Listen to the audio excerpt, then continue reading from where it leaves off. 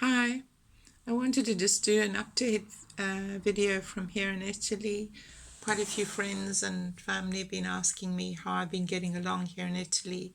We're a good month into lockdown. I've been at home here in Italy in my house, which is 50 kilometers north of Milan, and so far so good. I've been ill, I've got better, I've been cooking, I've been focusing on some projects that needed doing, and I'm going to be talking about that in regular videos just as an update.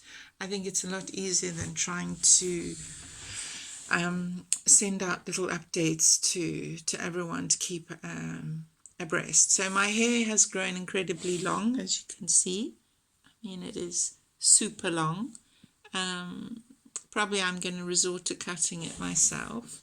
I guess I could tie it up, but yeah, haven't yet.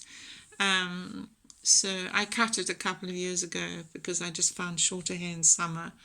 I travel quite a bit, and shorter hair just is easier to manage. So this is what you get. You get a makeup-free person doing a video. I don't have any photographic equipment to do the videos with at the moment because my big camera don't have a memory card. I left my memory cards, which were mostly full, with somebody, and so I don't have a memory card and I have no way of going out to get one. So we can do just basic shopping here. Across from my house there's a small sort of supermarket deli place where I could get stuff, but in the last week or so I preferred to stay in because we are under very strict lockdown, just because those of you who've been following the situation at all in Italy know that we've been in very dire straits, and the death rate has been horrendous, and I've lost a few friends. 19 doctors so far have lost their lives to this virus, and so it's no joke. By the time I did make some other videos just on how I was dealing with it myself for my own purposes, for my diary, in the worst possible moments when we just couldn't see any light at the end of the tunnel. So Italy has been sort of the epicenter of this coronavirus since China dialed down.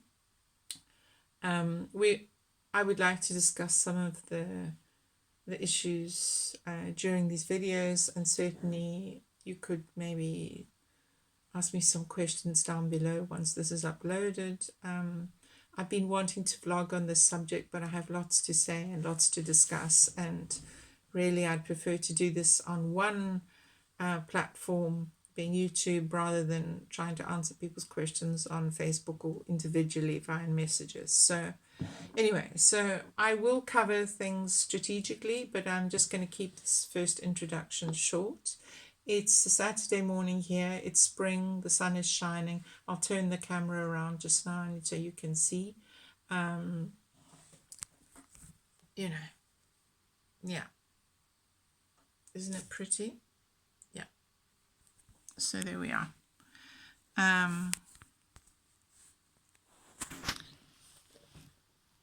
Yeah, so that's how it is. And now being spring, end of March, we're in the last weekend of March. This is generally when spring kicks in. People that perhaps haven't gone out much, haven't done many journeys or whatever, are all raring to go. So I think it's going to be incredibly hard for the Italian government to actually keep a hold on this. People are already, I noticed today, where I live here in the province of Como, my village has been completely quiet. There hasn't been a mouse moving.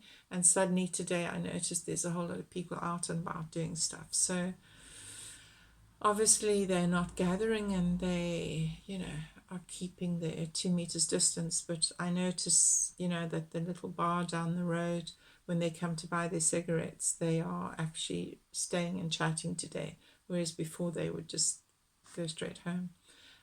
We've been told that we cannot walk our dogs more than 200 meters from our door. So a lot of people are having a problem with that because they use the dog walking as an excuse to maybe bump into friends or to, I don't know, get a breath or just get away from husband or wife. I'm imagining that the divorce rate must be through the roof during this time. The lawyers must be rubbing their hands in glee. I have no doubt about that. Because being locked up with people that you're used to seeing, used to being able to get away from. Then there's the point that the children have been out of school now for over a month, well over a month, and we have no idea when they will go back. And this is obviously not unique to Italy, but certainly we were the first to sort of adopt these strict measures after China. Right now, England is in crisis. I mean, Boris Johnson's infected, various members of cabinet are infected, and New York is becoming the epicenter of this terrible thing. So I don't know if we're at the peak, according to what the scientists tell us, of which a few of my friends work in this field in Italy, in Milan. I'm close to Milan, just 50 kilometers up the road.